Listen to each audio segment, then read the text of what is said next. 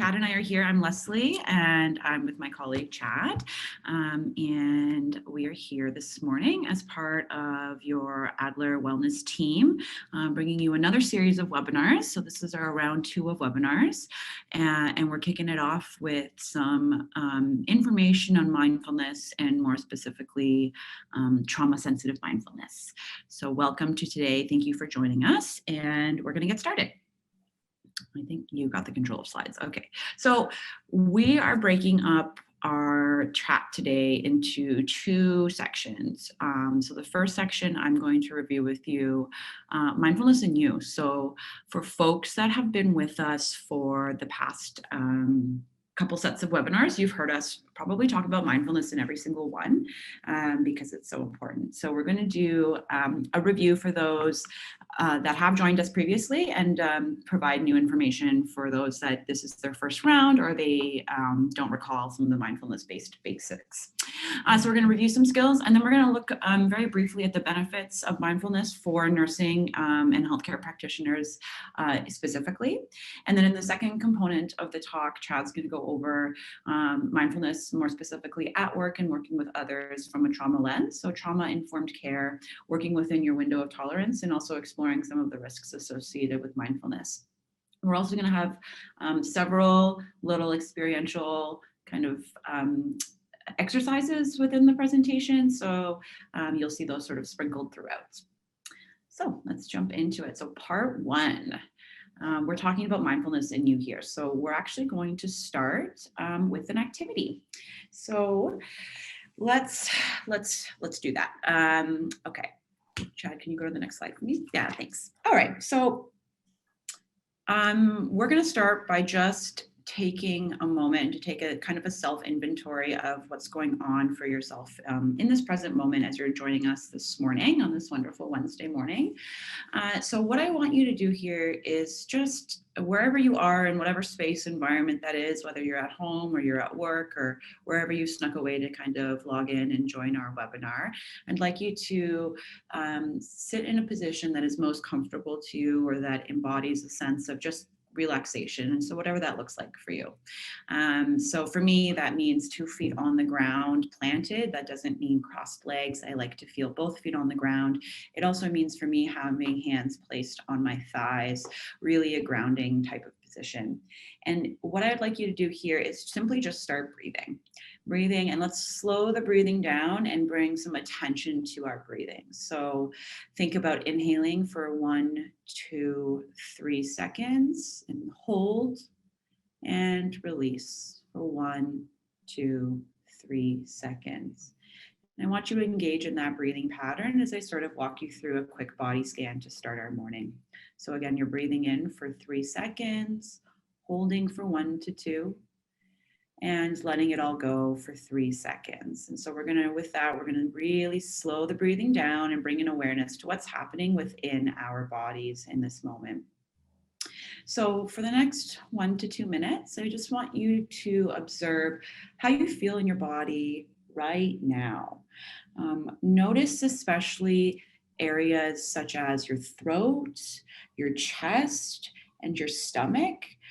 As well, other parts of your body will likely come into your awareness, but keep a keen sense of attention on those areas, the throat, the chest, and the stomach. These are areas where we have our vagus nerve innervation, and we're going to talk about in a little bit why that's important. So just notice there, how are you feeling right here and right now? When you notice something or you become aware of something, whether that's a sensation, tension, tingling, just simply notice it and acknowledge that it's there. Let's try and not place a judgment on it, just acknowledging it's there and moving on and continuing to scan the body. Take notice if shoulders are close to ears, dropping them down, maybe rolling the shoulders back, opening up the chest, and just noticing for any tension, any tingles, or any sensations that seem to be popping up for you in this moment. And as you're doing this, I want you to continue breathing. And as you focus on the breathing, focus on an awareness of your body. And we'll do that for a couple more sets here before we switch gears. So breathing in for 1, 2, 3, holding and out for 1, 2, 3. Let's do that one more time. Breathing in and out. Okay. So now I'd like you to slowly bring your awareness back to your room, back to the present moment, back to our webinar. You can invite some small movements into your body, whether that's shaking out the hands, shaking out the feet, or fluttering the eyes if they were closed. And as we sort of start moving on, just take a minute to reflect on what that experience was like for you. Was that challenging? Was it easy? Was it boring? Were you distracted? Were you thinking about all the other things you have to do today and what's for dinner later? Were you totally immersed in it? Did you notice any new sensations? Did you notice any new feelings pop up? Were you critical of yourself? When were you dismissive of yourself? So just some places to get you reflecting as we continue on with our talk this morning. Okay, so let's jump into it. Welcome back, everybody. Okay, so mindfulness, what is it? What are we asking you to do when we're saying be mindful? I think this is a term that gets thrown around so much nowadays that it's hard to actually pin down what we're trying to say. And I'm going to credit Chad to this wonderful definition because it's his, and he does a great way of kind of boiling down what's important when we're being mindful. So mindfulness is really the awareness that comes from paying attention on purpose in the present moment without judgments or non-judgmentally. And mindfulness as a practice itself has been around for thousands of years. It's a practice that most cultures in the world engage in. Lots of religious affiliations with mindfulness-based practice. So this isn't something kind of new and exciting. It's been around for a while, but it's almost as though our science is catching up to all of the benefits on mindfulness-based practice now, and why it's being incorporated particularly into mental wellness. So when you're being mindful, you're really having this lucid awareness of both your inner world and your outer world. So it's what is occurring in the moment, and that goes to feelings and sensations, but also your thoughts and your behaviors. Your mindful eye is objective. It's collecting all the pieces of information, and it's delaying judgment until the assessment of all of the facts of the situation have been completed to make the wisest decision or the healthiest decision moving forward. So why be mindful? Why are we asking you to do that? Well, what we know from emerging research is that cognitive control itself is enhanced when we're learning to observe and describe our current emotional states without judgment. It helps individuals reduce impulsive behaviors, and it also increases emotional modulation and regulation overall. So what mindfulness is not? Let's talk about mindlessness. I have a question, Leslie. Sure. So for people who don't know, Leslie and I are in our 5th year of our clinical psychology degree. So we're practicing and learning to become a clinical psychologist. So we do therapy with individuals, one-on-one therapy. My question is, I mean, this is kind of a rhetorical question for you, Leslie, but why do you think mindfulness is helpful in a therapeutic relationship? Well, that's a great question. I think mindfulness is important in a therapeutic relationship because it allows us as the clinicians, or us as the healthcare provider, us as the caregiver, to really connect in that present moment and hold that experience with that individual. And also at the same time, allowing us to control our own reactions and our own responses to those stressful situations or stressful environments that we work in. Yeah, and I like that you use that. It allows us to be aware of our own internal processes, as well as the external, as well as the other person. And I think that's how human beings interact, right? We interact with our emotions, and we not only talk with our mouth, but also with our nonverbal communication. And it's really important to use a skill, mindfulness being one of them, as a way to pay attention And when Leslie says on purpose, it means on purpose. It means that you are paying attention with full intention of what you're doing in the present moment. Um, I'm gonna throw an acronym. And keep in mind, you don't have to remember all of this. And if you want to go back into, you're like, what did Chad say? This is being recorded, and the recording is available for you after the presentation. So during this presentation, if you feel like you just want to pay attention and listen, and be mindful and not have to write things down, you can always refer back to these. That being said, the acronym, which is not on the slide, that I find really helpful is the acronym called FLOCK, FLOCK. And for me, that stands for paying attention in a special way with flexibility, openness, curiosity, and kindness. There's a lot going on there, but if I want to distill that even further, it just means, how do I pay attention in the present moment with curiosity and kindness? That's the last two, the C and the K, and it opens up for flexibility with you and the other person and you and the environment. And then Leslie will be talking about what the opposite of mindfulness is mindlessness. Yeah, so let's take a quick look at what mindlessness is. So when sensory information comes into our perceptual systems, it's actually only held for a really brief period of time before a cognitive reaction is actually made. So it's a really brief interval of time that this sensory information is being held. Then what happens is often our responses sort of become conditioned by a previous experience that we've had, whether that's kind of very similar to that present situation or something that is, if we've never experienced it, something that we can align with as best we can to make an association in our memory.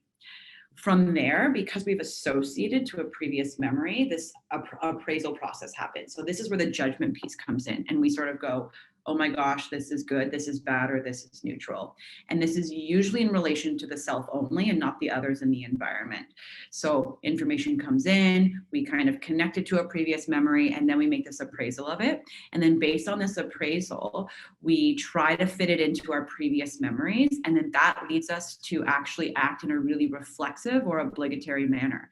So instead of being really mindful about our interaction, we kind of go on autopilot because we're operating in that reflex because we're kind of comparing to a similar situation we've had previously that is in our memory storage at this point.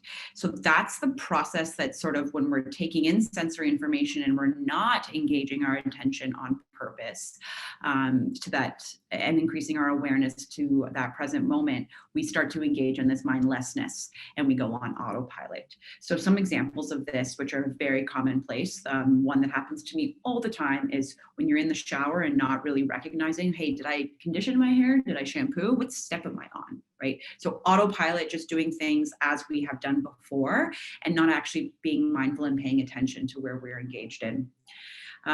Another piece would be driving and getting somewhere and not actually remembering the route you took because it was so automatic and you were engaged in something else in terms of where your attention was focused instead of actually on what you were doing in that moment of time. Another example would be when you're in a conversation with someone and you kind of have a moment where you check in with yourself and you say, I have no idea how we got onto this topic or what we're talking about now in the content of this conversation. So those are all examples of mindlessness. And what we are hoping to encourage you is to become more mindful. So let's look at some of the kind of perceived barriers about what's stopping folks from using mindfulness or what might be getting in the way of being more mindful. When would it be helpful though to respond reflexively? Like when can that be an important thing for you? I'm thinking when you're under threat to respond more reflexively, right? But that also, when you're under that threat piece as well, we still want to have a mindfulness engagement to, is this a real threat or is this a perceived threat based on something that I've assimilated to previously? That takes a lot of work. That takes a lot of practice. And I mean, I'm thinking, what what other stuff gets in the way of being mindful? These things. Thanks, Dad. Yeah. So here are some. This is actually pulled from an article that was really directed at nurses specifically in mindfulness, and what nurses found were perceived barriers to engaging in this practice. So first and foremost is the lack of time. I would say that I am openly guilty of that as well. It's really easy to push off mindfulness practice and say, "I'll do it later. I'll do it later. I don't need to do that right now." So lack of time is a big one. Sometimes the idea of being mindful, showing empathy, showing compassion can also leave healthcare professionals open to more exploitation or harm from patients, feeling like you're being taken advantage of. So some folks feel like that is a barrier to really engaging in a mindful practice. The third one here, which I think is a very realistic one, is having to keep busy. Nursing and healthcare work, particularly in a hospital-based setting, it's not very conducive to sitting down and taking a moment to yourself, particularly during a pandemic when we're having staffing shortages. So the idea of stopping and being just still is incredibly challenging, and also can lead to feelings of guilt for some healthcare professionals. Not doing more work can lead to those feelings of guilt. In addition, management of organizations and agencies often expect nurses to be keeping busy. So it's very challenging to have to take some time away to actually engage in a mindful-based practice. Caregivers are often not accustomed to caring for themselves, and they tend to put others' needs first. So here we're seeing a barrier to mindfulness is that kind of idea or belief that I don't, I shouldn't take the time. I shouldn't take a break because the people that I'm serving, my patients, my family, my friends, everybody else needs me first. So not putting yourself first. And lastly, folks that have never practiced mindfulness might think it's um, just challenging. They might be wary of it. They might be uncertain of it. Anything that we've never done before, we get maybe a little bit more cautious about trying it. So it's one of those things where the more you expose yourself and the more you practice, you start to reap the benefits and want to engage in the practice as a whole. So on that note, how do we do it? Let's talk about some basic mindfulness-based skills that we can utilize every day. That fourth one for sure is something that even therapists deal with as well, because we are in a caring field. And it's a lot harder to care for others when you don't have the resources to give. And so mindfulness can be a way to check in with yourself. Like what we mentioned earlier, it's about perceiving what's going on for you, as well as how can you help others. So perceiving what's going on with you. So being able to recognize the internal world in order to be able to interact with the external.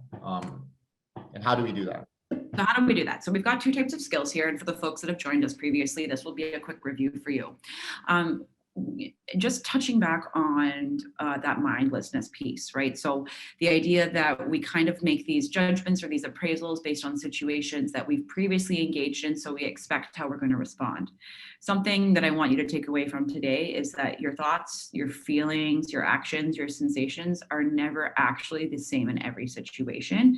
And that's because time never stands still. So the same experience is actually not happening again and again and again, but you're reacting or participating in it as if it was. So in order to reduce that, we use the what skills, which are the following three skills. And then on the next slide, we'll talk about the how skills.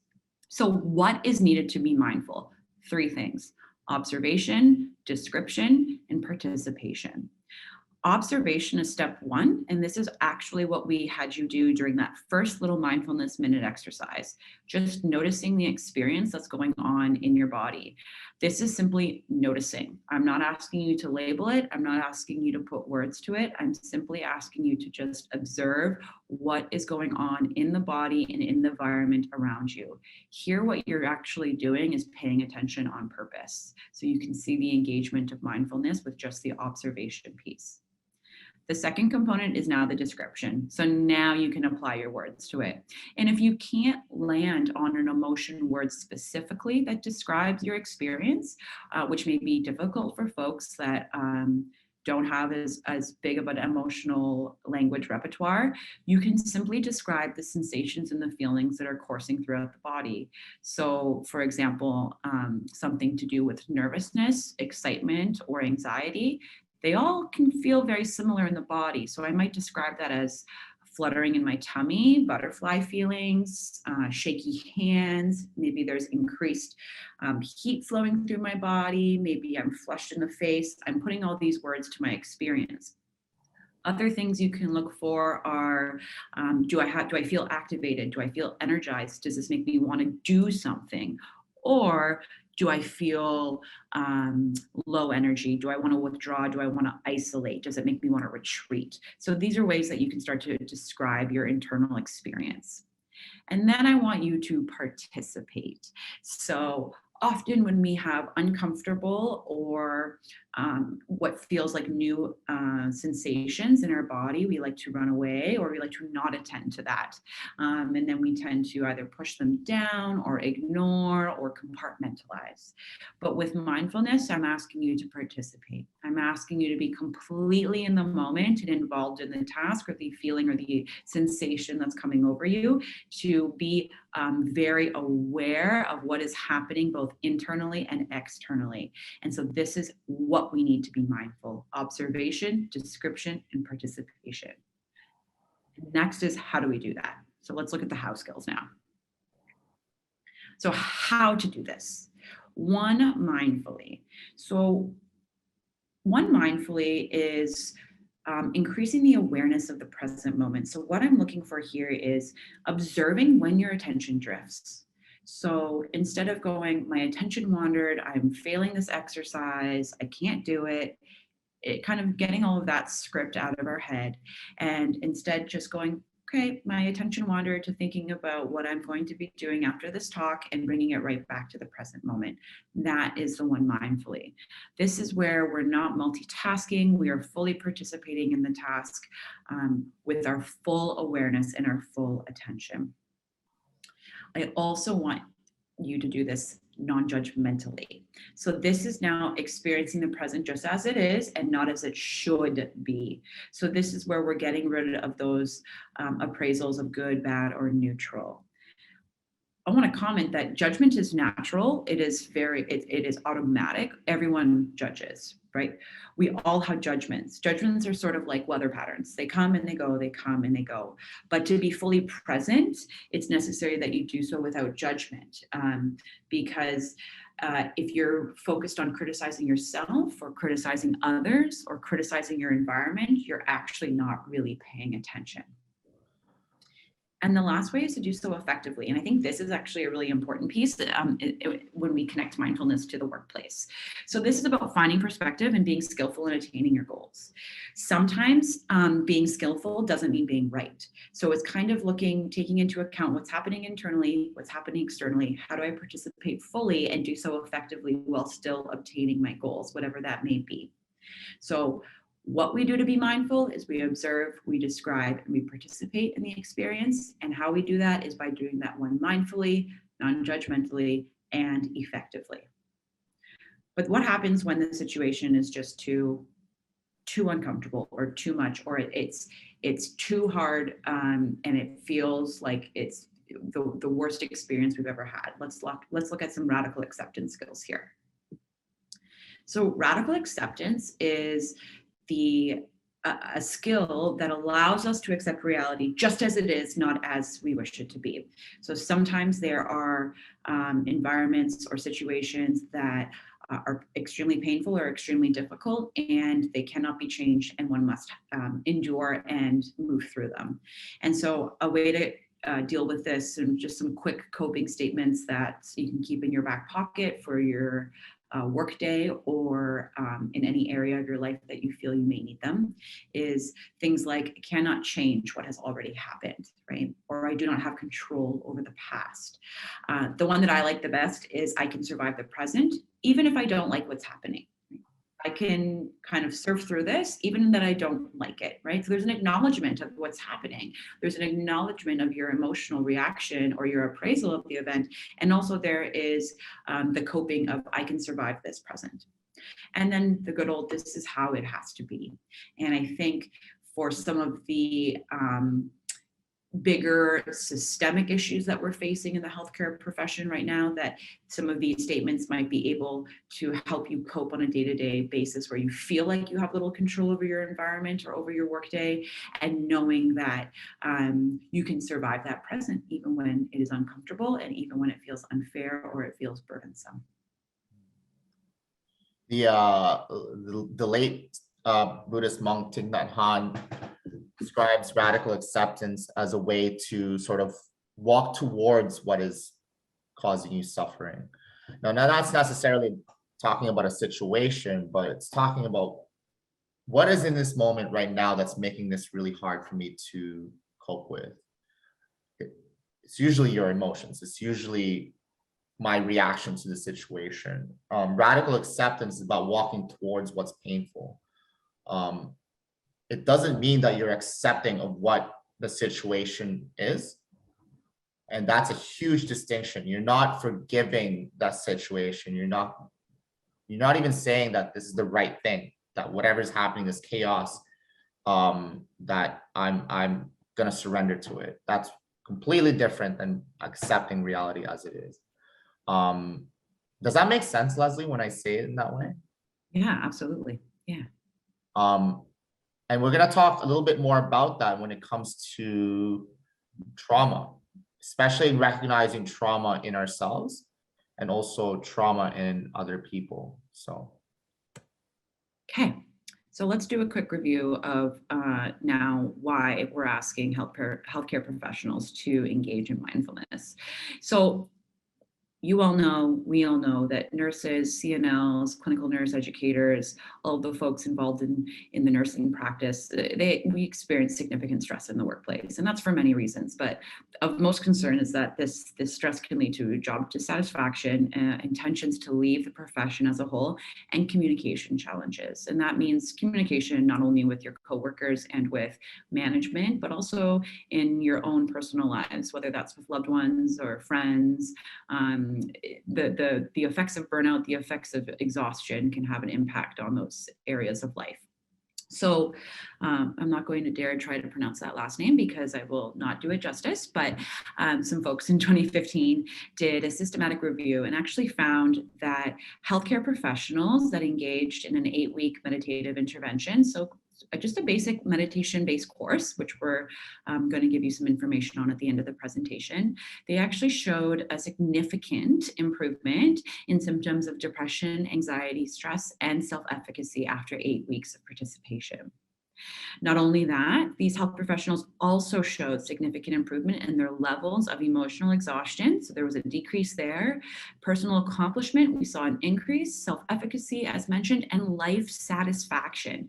So not only benefits for in the workplace, but for life as a whole, which is really pretty staggering, the impacts that 8 weeks of meditative intervention can increase. So the idea here is that, is mindfulness the answer to all of the crises that we're facing in the healthcare profession? By all means, no, it's not. But if we can sort of help develop self-awareness and promote a balanced life, then ultimately we're aiming to have long-term survival of healthcare professionals in the workplace, making work a place that is tolerable and enjoyable for you, a place that you want to be. And mindfulness is one way that we can increase that satisfaction. So if we look at how mindfulness helps nurses specifically, can you switch that slide for me, Chad? Thank you. Yeah. So what we know is that really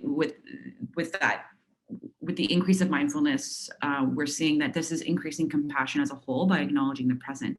And I want to highlight that compassion is not just for your patients, but it's also compassion for yourself and for your coworkers. So you're acknowledging the present, acknowledging the challenges that are being faced, and so that there's an increase in compassion there. With the increase in compassion, we also get a contribution to reduced stress in the workplace. And so that's a wonderful thing for anybody, let alone healthcare professionals. And then in combination together, that actually might lead to improved patient care, which at the end of the day is really what healthcare professionals and caregiving professionals go into. We want our patients to feel good. We want them to feel safe and happy and comfortable. So this may lead to improved patient care through improved satisfaction with you and your jobs, and also feeling safe in your workplace environment.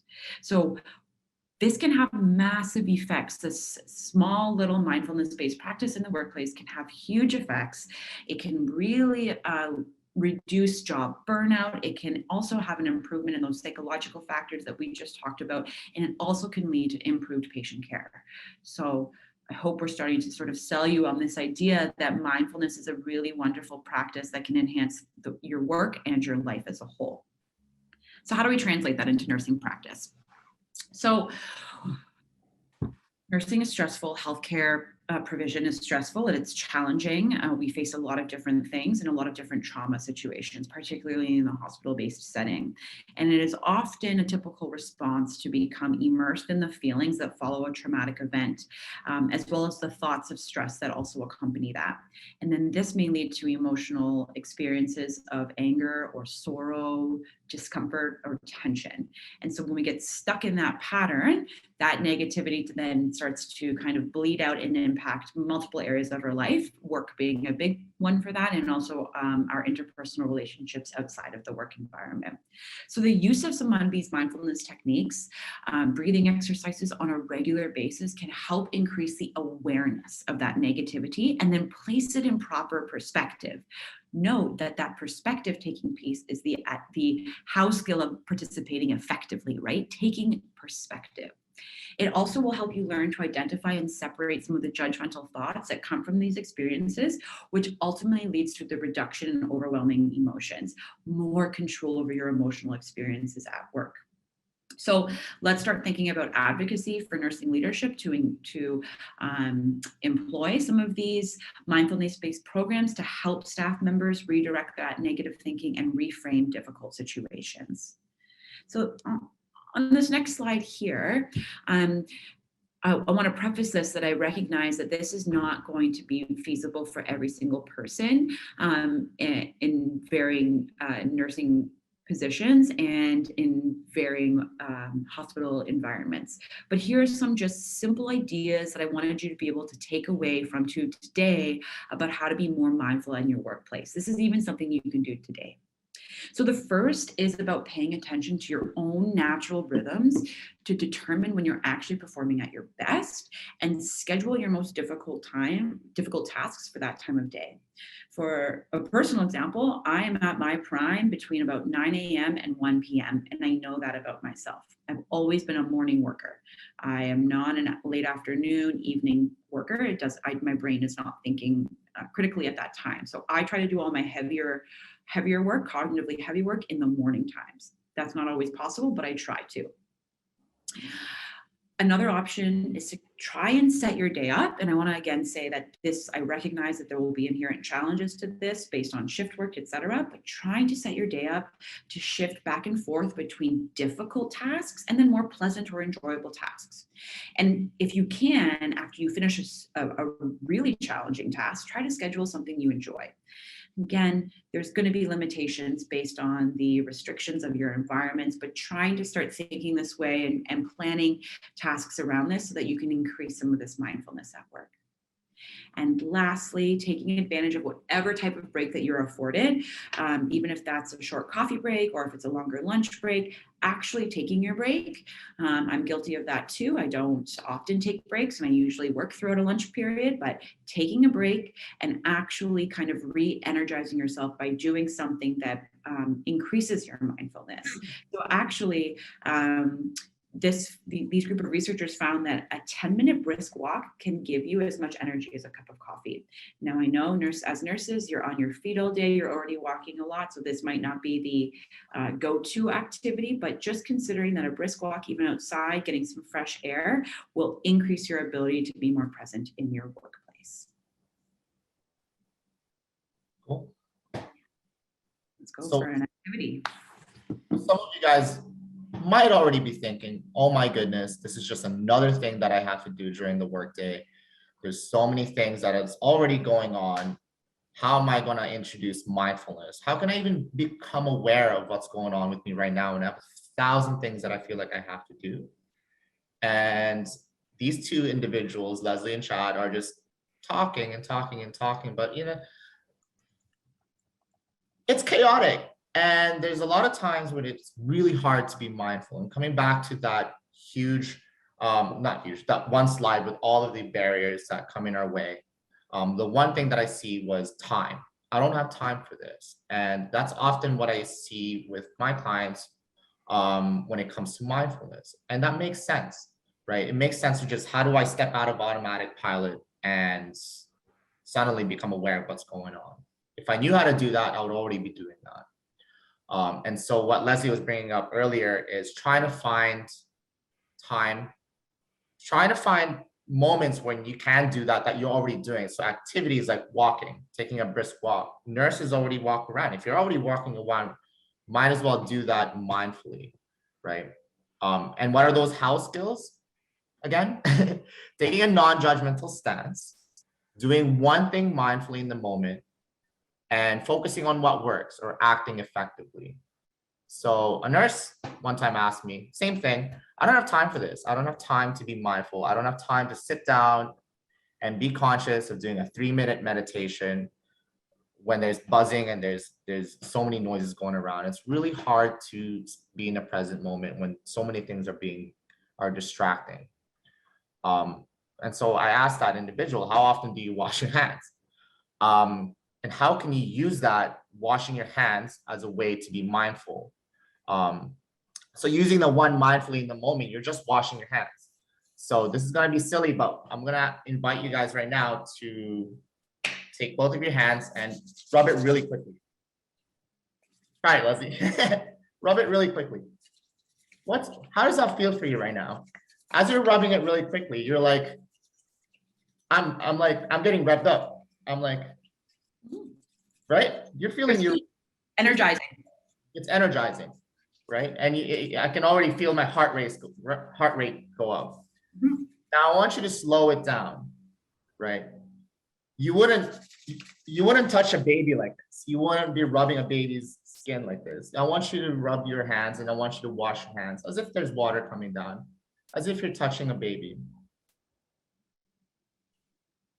Now, how does that feel? Calm. A lot calmer. And what are you doing here? You're just rubbing your hands and you're just washing them. I mean, we're supposed to be washing our hands a lot, especially during this time around. Do you feel the urge to use your phone? Probably not, because you have to dry it first. This is a perfect opportunity because both hands are tied and you can't be using your phone. And you're just literally staring at the wall trying to wash your hands. How does it feel right now? I feel peaceful. Peaceful. My heart rate's still up, but peaceful. Yeah. And just try that next time. Whenever you wash your hands, make that a habit. This is how long does it usually take to wash your hands? A, B, C, D, until like a minute, right? You do the alphabet for a whole minute. Try that next time when you're at work. You're already washing your hand. That time is already built into your schedule. You might as well use that opportunity to be mindful. Now, let's say you're at work. That's what you do. When you're at home, try doing that brushing. Sorry, someone talked. Oh, you're back. Oh, I was freezing. Okay. Now apply this to everyday things, right? Like brushing your teeth. How long does it take you to brush your teeth? It's not adding, like you're already doing this. You might as well do this mindfully. Driving, you might as well do it mindfully. So including a lot of these habits and rituals and integrating them into your everyday activities, the stuff that you're already doing. So for the people who says, I just don't have time to be mindful, I don't have time to meditate, these are some of the solutions that we can offer for you. Does that make sense? Mm-hmm. Cool. And that goes with the one mindfully in the moment. And be creative with that, right? Be creative with the things that you're noticing that you're doing. How can I do it more mindfully? That being said, the next part of this presentation has to do with mindfulness and others. And in this part, we're going to discuss how trauma, and I'm going to include stress as well, trauma and stress plays out in the body. So spoiler alert, we're going to propose mindfulness as a way to recognize stress and trauma in the body. And as healthcare workers, identifying trauma symptoms in our patients, as well as in ourselves, can help foster an environment of trauma-informed care. Now, 5 minutes before the presentation started, I was looking at the news, and not surprisingly, there's an article that said that compared healthcare workers' stress to combat veterans. Take that. I didn't read the whole article, but as I read the headline, my initial gut reaction was, wow, how am I not surprised? And I feel like I should be surprised. But I'm like, given what's going on in the pandemic right now, it's really crucial for everyone in the healthcare field and in the caring field to recognize these symptoms and to recognize them in your colleagues and also in your patients.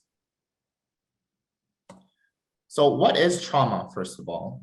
And this is a definition I can pull up with, is that trauma is a pervasive problem resulting from exposure to an incident or series of events that are emotionally disturbing or life-threatening. Pervasive means that it's an unwelcomed problem that is, I wouldn't say very common, but it's common, right? And we're going to be talking about that in the ACEs study, which a lot of you guys might already be familiar with. Notice that in this definition, we're not talking about the type of event. We're not talking about whether or not this event was a death or something traumatic, fill in the blanks, right? We're talking about our reactions to this event.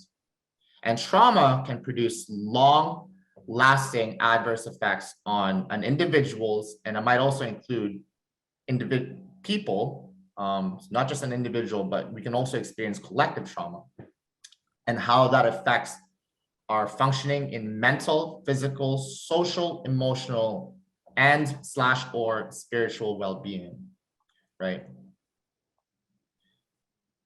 And here comes the ACEs study. So the ACEs study stands for the Adverse Childhood Effects, where they studied around 17,000 volunteers between the ages of 0 to 17. And the study was published in 1998. What they found that over the course of their lives, 62% of adults in the US have at least one adverse childhood experience. So one adverse childhood experience can include things such as violence, abuse, or neglect,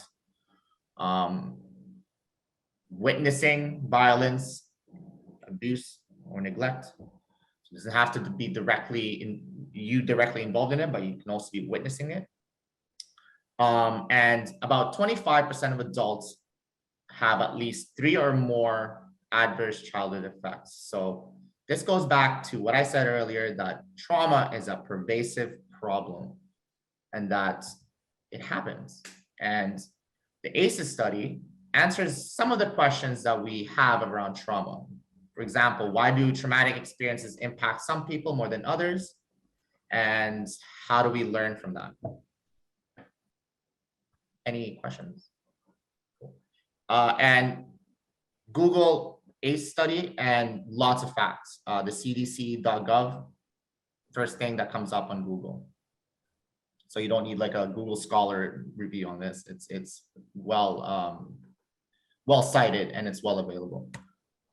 So when it comes to providing trauma-informed care, the definition that I got for what trauma-informed care is comes from the National Center of Trauma-Informed Care. And it involves 4 components. So when you're providing trauma-informed care, you're validating the widespread impact of trauma. You increase your ability to recognize traumatic symptoms, and it allows for effective responding, and you're helping to avoid re-traumatization. All right, that's a lot of words. So let's distill that a little bit more. So one, you're realizing that trauma exists. It's there. Think about the ACEs study. Trauma exists. Two, you're recognizing and seeing it in the different environments that you are in. Three, you're responding effectively. And four, you're not making it worse, right? So trauma-informed care really shifts the focus from what is wrong with you, asking that question, hey man, what's wrong with you, to what happened to you. And if none of this is clear for you, here's a video, and especially for people who are visual learners, here's a good infographic. And the link is called What is Trauma-Informed Care on YouTube. Yeah, here you go. You know the old saying, don't judge a book by its cover? Well, the same is true when you assess a patient. Hi, I'm Dr. Cruz. Early in my career, I noticed a pattern with some of my patients. They often had multiple health issues, were uneasy during office visits, and frequently visited the emergency department. But worst of all, they never got better despite multiple visits. Then I realized something. From an early age, many of my patients were exposed to trauma and adverse childhood experiences, or ACEs. This includes emotional, sexual, or physical abuse, violence, neglect, discrimination, poverty, and other adverse events. ACEs are more common in the US than you'd think. In fact, 60% of US adults have one ACE, 25% have 3 or more ACEs, and 16% have 4 or more. ACEs occur in all socioeconomic groups, but are more common in low-income and minority populations. For young children, repeated exposure to trauma can impact brain development and literally rewire the brain's response to stress. So as they grow up, many struggle with issues related to emotional regulation, like depression, anxiety, or substance use disorders. Trauma survivors are also more often at risk for chronic diseases, behavioral health problems, and even suicide. Knowing all this, I began to rethink my approach to care. Instead of asking patients, "What's wrong with you?" I ask, "What happened to you?" Recognizing that life experiences are often a root cause of poor health is integral to improving patient care. Trauma-informed care has helped me take these experiences into account, providing greater insight into my patients' needs and how to address them. Here are 5 key ways that healthcare organizations can gradually integrate trauma-informed care into their practices to help patients and staff. First, build awareness and generate buy-in. Involve both staff and patients in adopting a trauma-informed approach. Second, invest in a trauma-informed workforce. Hire staff that embrace trauma-informed care and provide training not only for clinical staff, but also for non-clinical employees like front desk workers or security guards, who are often the face of your organization. Next, create an environment that is safe and welcoming for patients and staff. Engage patients in meaningful ways. Ask how they feel and listen. You can also build trust by involving them in their own treatment planning. Finally, identify and treat trauma. Consider a screening approach that works for your patients and ensure that treatments and referral sources are available. These changes take time, but each step improves our ability to connect with and care for patients. Today, our patients appreciate the changes we've made, plus our staff is more in tune with patients, so work is less stressful and more rewarding. Trauma-informed care. It can truly transform the caregiving experience from being treaters to being healers. All right. Any thoughts on that? So some of you guys might be thinking, what does mindfulness have to do with this? And earlier I asked, well, how is mindfulness important in the therapeutic relationship? How is mindfulness important between a therapist and their client? And Leslie's elegant answer was you recognize things that's going on with you so that you can recognize what's going on in others.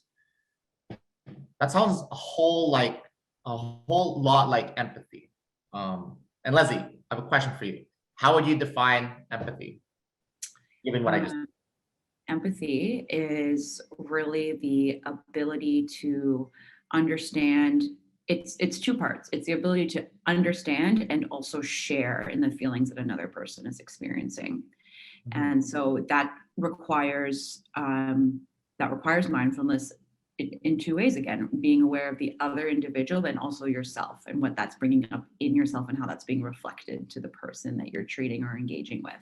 Yeah, that two-part, awesome. What came up for me, you're observing what's going on, you're describing it verbally in your head, and then you're about to share it. So when you're sharing it, once you finally observe and describe it, you have an understanding what's going on. And then the participation comes from sharing it. So I really love that, how you phrase that and what empathy is, right? So it's no surprise that in the study done by Serguladze et al. 2018, that mindfulness can be a protective factor for burnout or compassion fatigue or stress.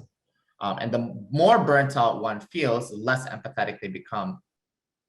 That sounds pretty intuitive already. And so here's just a study showing really that mindfulness mediates that relationship. So it reverses that relationship in statistical terms. So when you're more mindful, your burnout decreases and your empathy increases. But when you're less mindful, the opposite happens. And so mindfulness can be used, is a way of being, so that it can be used as a protective factor for this relationship. Does that make sense? Cool. So as the first part of our presentation, we talk a lot about the what skills and the how skills of mindfulness. And in the previous slide, we talked about what trauma-informed care is. And so now we're going to be talking about the how. How do we provide that trauma-informed care in a mindful way? And Leslie and I don't work at the hospital, so we're kind of gathering up information from what we know in psychology and what we know from how do we relate with our patients and our clients. Another definition for empathy is that it has three different components. Effective empathy means the ability to experience and share the emotions of others. Empathic concern involves a motivation to care for another's welfare. So you really have to care. And third is perspective taking or organic empathy or cognitive empathy, sorry. And it's the ability to consciously put yourself into the mind of another person and understand what that person is thinking or feeling. So what Leslie has mentioned earlier is that ability to understand and then again, reflect. So many healthcare workers might feel rushed because they have to see patient after patient after patient after patient. You only have about like 2, 3, 8 minutes to really interact with an individual, right? And so when you're rushed for time, it's a lot easier for you to slip into this fight or flight mode, this sympathetic nervous system. You're rushed, right? You're rushing ahead. You feel like things are moving at a fast speed and you're on autopilot. So one of the ways that might be helpful in order to set an intention, to pay attention on purpose before seeing a client is to do this. Now, this might seem very silly to you, and maybe it is. Maybe you might laugh. Maybe you're like, what the hell's going on? I can't believe our therapist is, recommended that I do this, but try it out. When you enter a room, try to stretch as high as you can, maybe perhaps touching the top of the door, and just stretch like this. Because what we know is that when we're in our sympathetic nervous system, our body tenses up, right? It tenses up and we feel like we're rushed for things and we only see what's in front of us. So when you're stretching, and I encourage you to do that right now and just see how that feels. Stretch it as high as you can and really elongate that spine, right? Picture picture your spinal cord just stretching as you're reaching up. And as you're entering your patient's room, try touching the door, just a little tap like this, as a reminder to yourself that, hey, I'm entering the room and I'm seeing a patient today. That stretching too, we're also elongating that vagus nerve that we've been talking about, which I'm sure you're all familiar with. But the idea of Chad talking about that rushing into the room, that's really when the activation of that mindlessness is happening. So think about, again, going and just getting the sensory information in that patient's room, kind of connecting it to a previously solidified memory, making an appraisal, and then acting reflexively, right? So that's all the mindlessness. So what we're asking you to do, or asking you to start practicing, is that mindfulness. And I can appreciate that stretching into a room is maybe not going to work in every patient setting. And it might not be something that you're doing when you're walking into the patient room, but it may be something that you consider doing when you have a moment on your own. It's just another way of quick fly practice, especially in the hospital when you have less time to yourself and less privacy to engage in a mindful-based practice. And be creative. This is just one thing that I thought was hilarious, was humorous. It adds a little bit of whimsy throughout your day, but try to be as creative as possible and reminding and build that into a routine, build that as a ritual, right? It doesn't have to be that I'm sitting on my lunch break and I'm spending 3 minutes of my lunch break to be mindful. It just seems so unrealistic. So try to find ways where you can be as creative as possible and have fun with it. The point is, what you're doing here is you're checking in with yourself. And you're giving yourself permission and allowing yourself to have these moments of break time, as small as it is, just to stress, right? And using the door as almost like a cue, right? You're conditioning yourself to recognize that this is a moment where I can check in with myself. It doesn't have to be entering the room of a patient. It can also just be exiting the hospital. It could also, you don't have to stretch, but it can also just setting an attention or just telling yourself, hey, I'm leaving the hospital. I'm leaving all my work behind. I'm mentally telling myself that when I leave this hospital, I leave this hospital. Yeah. Now, there's a wonderful doctor and how do you say this? A bioethicist named Jody Halpern, who talks a lot about cultivating empathic attunement with your patients.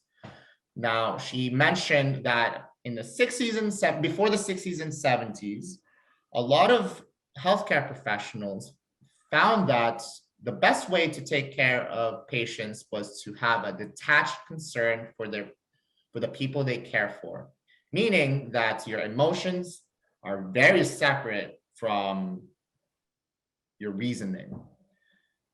Basically, you have to be a robot. You have to separate your emotions away from what you're doing.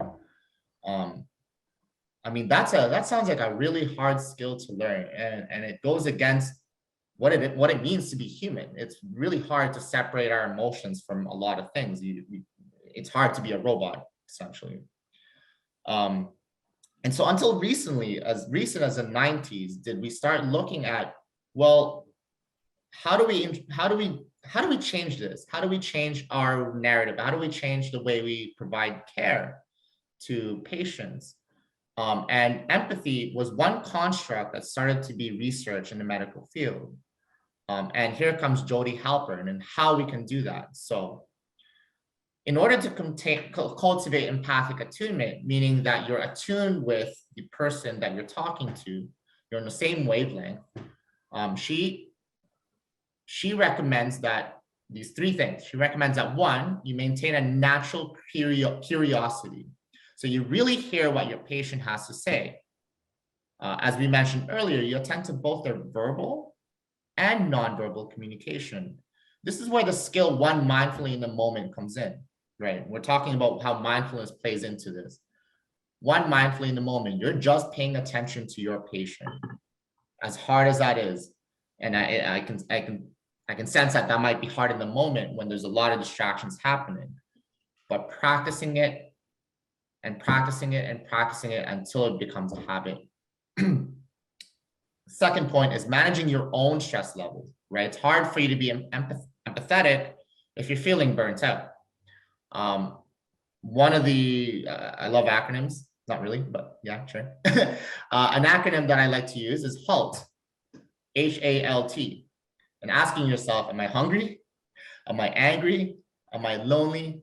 Or am I tired, right? How am I getting my needs met? Am I eating right? If I'm angry, how am I building positive experiences to build positive emotions?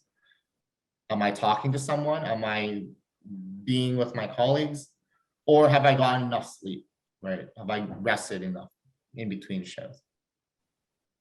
And the last thing that Jody Hopper talked about when it comes to cultivating empathic attunement is to learn from your own negative emotions and feelings. So not just being curious about the other person, but also be curious about your own feelings. So asking yourself, why am I having an internal reaction to this particular patient? Why is this person really triggering negative emotions for me? And this is where we practice that skill of non-judgmental awareness. Not quick to judge your own negative feelings, but be curious to it as in terms of why it's happening for you and maintaining that natural curiosity. Now, it matters when and how healthcare professionals ask patients about their feelings, right? Empathic attunement can help you guide your assessment of the presenting problem. As clinical psychologists in training, Leslie and I do assessments for psychodiagnostic purposes. And so it's really important for us to gather information that is accurate in order to come up with a diagnosis, much like healthcare professionals, right? And patients are less likely to tell you what is really going on unless they sense empathic attunement. So how do we do that? How do we, first of all, manage your stress levels, and then also maintain that natural curiosity and all these lovely things, right? First thing is you got to start within the window of tolerance. You got to start within your own window of tolerance. What are you able to tolerate in this moment? And recognizing when you are in your optimal arousal zone so that you can recognize it in other people, especially people that you're caring for. So a lot of individuals might already know this concept of window of tolerance. So, and it's pretty, this information is pretty available online and you guys can research it. But here's just the summary of how this applies to what we're doing and what we're talking about today. So usually when we fall into hyperarousal zone, this is when our sympathetic nervous system is activated, right? Our fight or flight response is activated. Your blood pressure is up, your heart rate is up, your adrenaline is up. Essentially, your defensive responses are heightened, it's increased, right? So that might cause increased sensation in the body, emotional reactivity, intrusive imagery, or just a disorganized way of thinking, right? Your sympathetic nervous system is dialed up at this point. So how does that feel for you in the body when you're in that fight or flight mode, right? It's really important to be attuned with what's going on for you in the body. And then you have your window of tolerance, your optimal arousal zone. When we feel safe, our parasympathetic nervous system is activated. More specifically, the ventral branch of the vagus nerve of the parasympathetic nervous system is mostly active. So ventral meaning the front part of this long nerve that goes from your brainstem all the way down and innervates your lungs, your heart, your face. And when we're in our window of tolerance, it allows us to maintain compassion, groundedness, and calm, sense of calm. Right below the window of tolerance, we have our hypoarousal zone. Usually when we fall into our hypoarousal zone, our parasympathetic nervous system is also activated, but this time it's a dorsal branch of the vagus nerve that is active. And so it's the one that's not the front, but it's the back part, the nerve ending that reaches all the way down to your diaphragm, right below your diaphragm. Now, when you're in hypoarousal mode or hyperarousal zone, this is when your body feels like it's shutting down on you, right? Muscle tone relaxes, your body goes into sort of this protective conservation mode.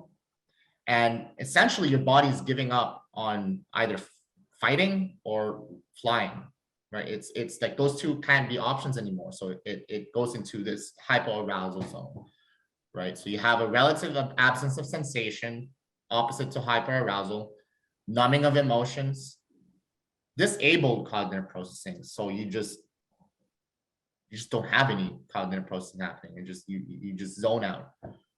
You go blank or you black out. And you reduce physical movement. So you feel tonic, you feel in shock, right? Think of the times when that might have happened to you and how do you bring yourself back up to optimal arousal zone? Any questions with that? Cool. I know that Leslie's the only one who can answer, but if you have any questions, you can also post it in the chat and we'll leave about 15 minutes at the end of this session to answer any questions. Just as a reminder, the presentation's until 11:30 today. All right, so where does mindfulness kicks in? Mindfulness has been shown to activate areas of the prefrontal cortex, which is involved in emotion regulation.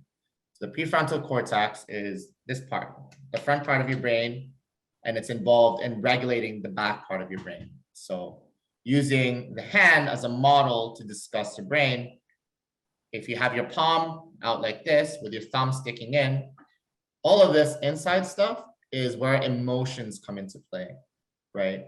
When we're mindful, we close the lid on all of our emotions and we're able to think with our full brain and our full capacity.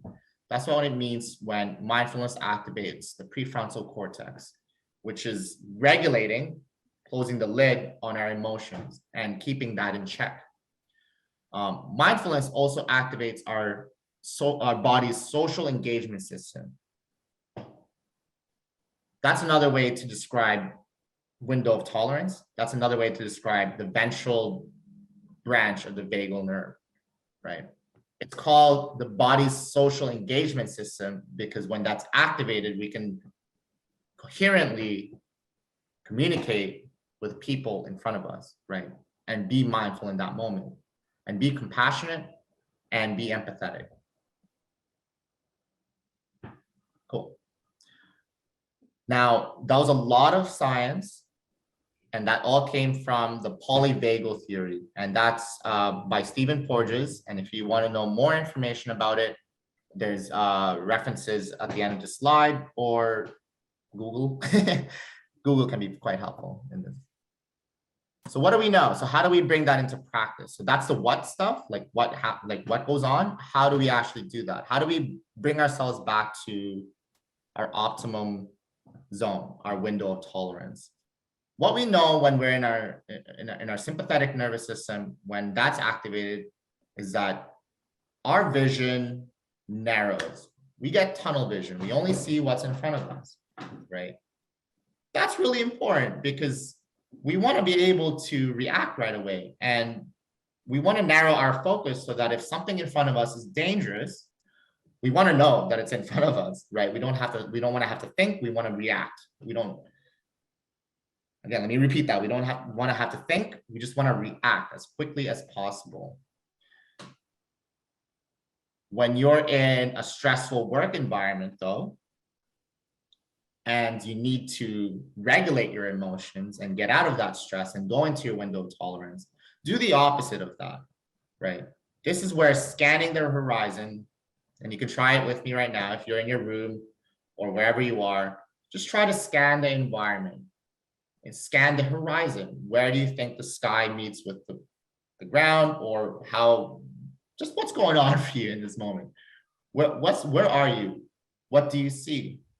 Right? What's going on, and what do you hear, and what do you smell, and just expand your visual field so that it encompasses the whole room. And what you're doing here is you're trying to look for that tiger, you're trying to look for that saber-toothed tiger or that bear or whatever that's dangerous in that room.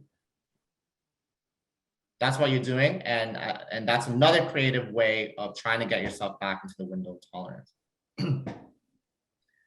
among the other stuff that we have already mentioned before. All right. I thought this was an interesting and important slide and information to include, but there's some potential harms to mindfulness, right? And there's a study done by Bayer et al. In 2019, talking about what potential harms can result from using mindfulness as a skill. So when we're engaging in a mindful practice, what we're doing is we're facing the present, even when it is unpleasant and difficult, right? Now, this, when it comes to trauma, no matter how much you're labeling, no matter how much you're observing and describing, and how much attention you're having, you can still face trauma reactions that can still happen for you. And that means that there's sort of like an incongruence. It's not matching up. What you're feeling inside, you're supposed to feel calm, but I'm not. There's something amiss here, right? And that could be because of trauma, right? That could be because of increased stress. And that's something that I would, in using mindfulness, keeping in check. That might be a red flag for you, because it signals that your body and your brain are continually experiencing threat when you're supposed to be in a relaxed state. The other thing that they mentioned in the study is that attempting advanced meditation practices while still being a relative beginner can have quite detrimental effects, right? And when I say advanced meditation, I'm talking about like long, like 10-day retreats where you're just spending the whole day meditating. There's some studies that show that that has led to even greater pathology, depression, anxiety, even psychosis. So for people who are beginning practicing meditation or mindfulness, it might be more salient or more important to practice it informally. Practice those skills that we mentioned earlier, like washing your hands in a mindful manner, or taking a walk around the floor in a mindful manner, and starting with those first.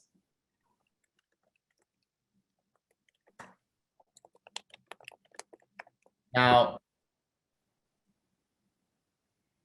we have mindfulness and we have meditation, we have relaxation, and we have distraction. What's the difference between any of these? Mindfulness meditation is only one type amongst a vast range of ways to be mindful, right? And we mentioned some of them before in terms of informal mindfulness practices. So mindfulness it's not just about sitting down and being aware of your breath. It's not just about meditating. So mindfulness can be just a way of being in the present moment. And using that definition that Leslie mentioned earlier, paying attention on purpose in the present moment, non-judgmentally. That can apply to anything that you're doing, anything, cooking, cleaning, washing your hands, even talking to somebody. Often we like to equate mindfulness as a way to relax. That's not really the point of mindfulness. Mindfulness is a way to pay attention and a way to bring awareness to what's going on for you in the moment. Relaxation is often a beneficial byproduct of mindfulness. As you're being mindful in the moment, what you notice is it's actually quite soothing, right? As Leslie mentioned earlier, like this is quite soothing, rubbing your hands together and pretending like you're washing your hands, or even just taking a moment just to sit down and notice what's going on for you in the body. When you start thinking of mindfulness as a way to pay attention rather than a way to relax, it can be quite beneficial for you, and it takes a lot of pressure on the activity itself. When it feels like, oh, how come I'm not relaxing? Because that's not really the point.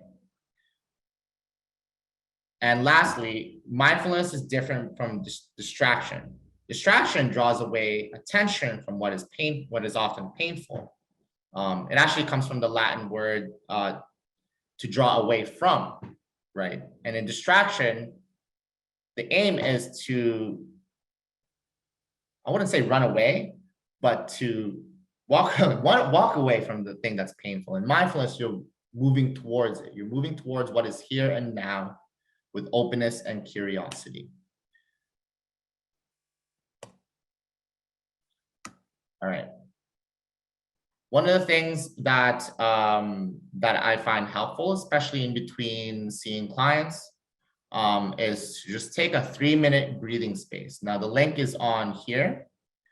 If you're interested in learning what that is.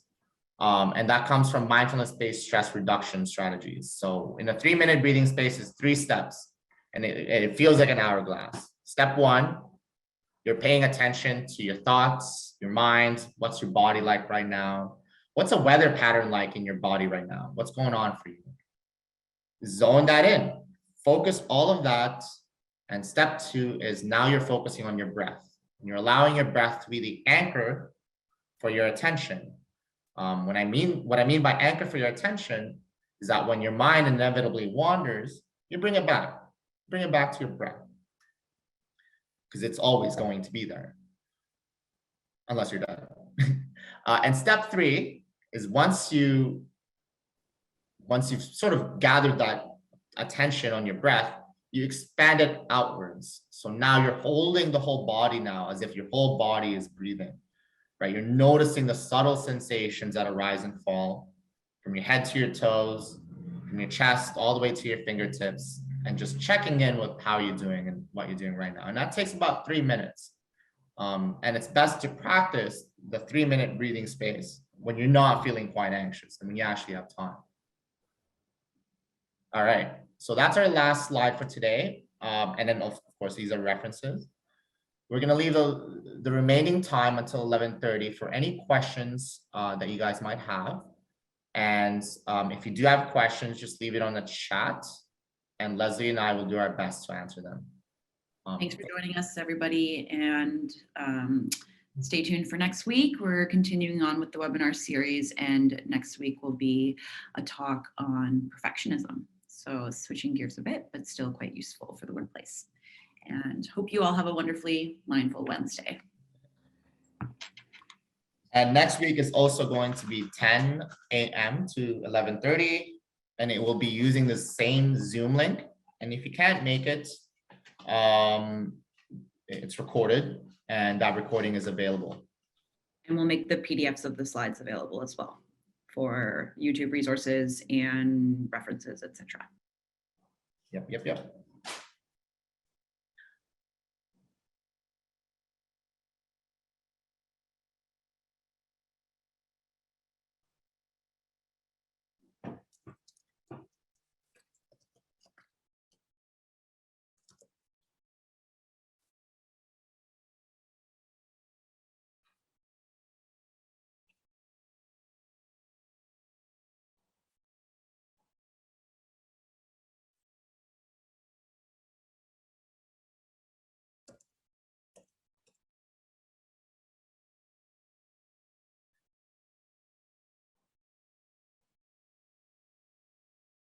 All right.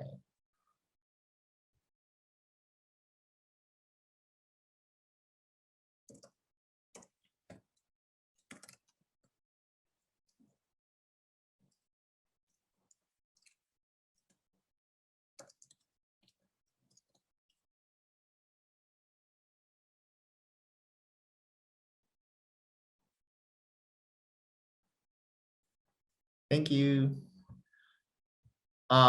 If you guys are interested and have time, here is a link that I'm posting, and it's just a helpful feedback form for us.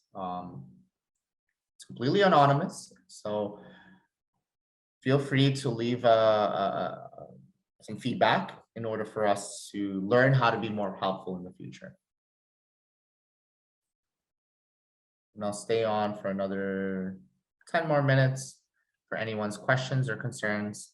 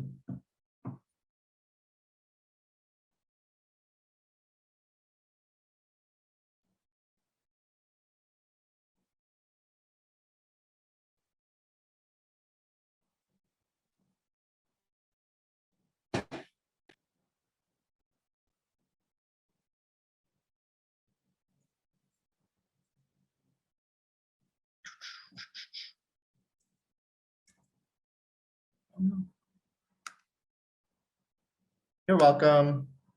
Sorry, I'm just playing around with the slides for anyone who's still here.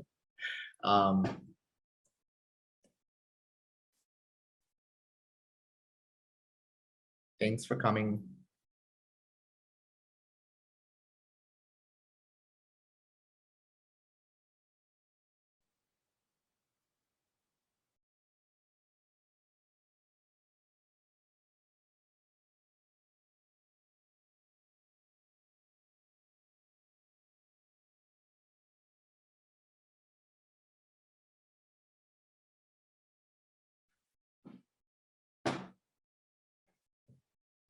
Yes.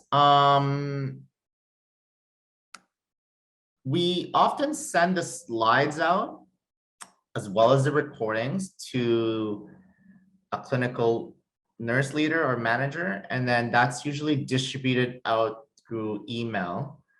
Now, if you don't have it, maybe you can request it, or if we have a platform to send it to you directly.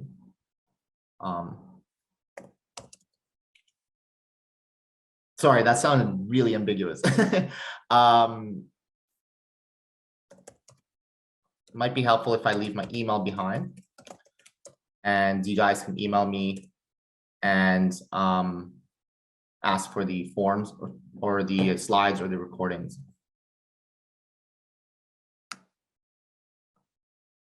And I can send it out to you. So feel free to send me an email if you don't get it from your clinical nurse leader or manager.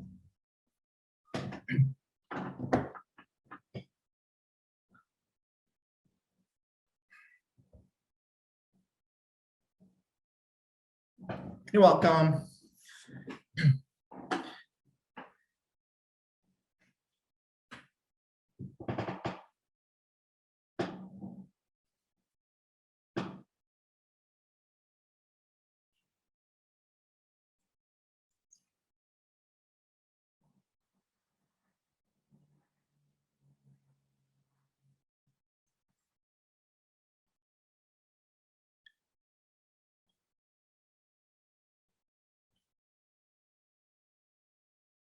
All right. Well, if nobody has any further questions, I'm going to head on out.